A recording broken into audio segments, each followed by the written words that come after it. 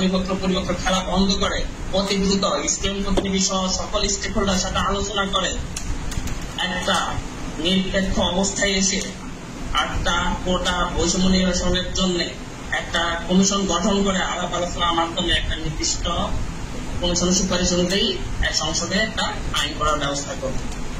আমরা সরকারের এই পরিপত্রকে প্রত্যাখ্যান করতেছি। আমরা এখান থেকে না, নাহিদ ইসলাম, আসিফ মাহমুদ ভাই সহ নাহিদ ইসলাম ভাই আমাদের কাছে মেসেজ পাঠিয়েছেন, আসিফ মাহমুদ সহ ওনারা আমাদেরকে জানিয়েছেন এই পরিপত্র খেলা বন্ধ করার জন্য আর সাংবাদিকদের মাধ্যমে সরকারকে আহ্বান করার জন্য। পাশাপাশি আমাদের যত ভাইদেরকে গুম করা হয়েছে, যত ভাইদেরকে অ্যারেস্ট করা হয়েছে এবং যত মিথ্যা মামলা দেওয়া হয়েছে, সকল অ্যারেস্ট হওয়া ভাইদেরকে, গুম হওয়া ভাইদেরকে আগামী 24 ঘন্টার মধ্যে মুক্তি দিতে হবে। আগামী 24 ঘন্টার মধ্যে মুক্তি দিতে হবে এবং যত এই গণহত্যার সাথে জড়িত প্রত্যেককে অব্যাহতি দিয়ে আইনের আওতায় আনতে হবে।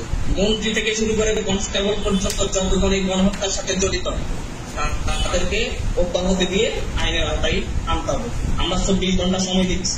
24 ঘন্টার মধ্যে যদি সরকার আমাদের এই দাবি পূরণ না করে, আমরা পরশু দিন থেকে শুধু বাংলা ব্লকেট নয়, আমরা বাংলা ব্লকেট কর্মসূচি পালন করেছিলাম, শাটডাউন কর্মসূচি পালন করেছিলাম, এর সাইডে আরো কঠিন কর্মসূচি নিয়ে ছাত্র সমাজ রাজপথে নামবে।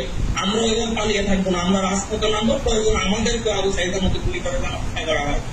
তারপর আমরা অফিসার থেকে এই ভয়ঙ্কর পরিবেশ থেকে, দমবন্ধ পরিবেশ থেকে এই দেশের ছাত্র সমাজকে নিয়ে মুক্তি দিতে চাই, নিজেরা মুক্ত করতে চাই।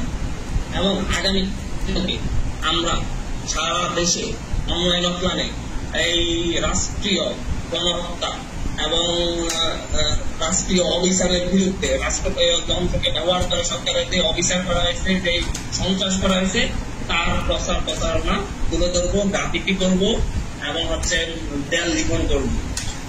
এই দেশের যারা আছে তারা তাদের ওখানে ডকুমেন্টেশন গুলো প্রত্যেকটা এম্বাসিতে, প্রত্যেকটা রাষ্ট্রের কাছে পৌঁছে দেওয়ার ব্যবস্থা করবে।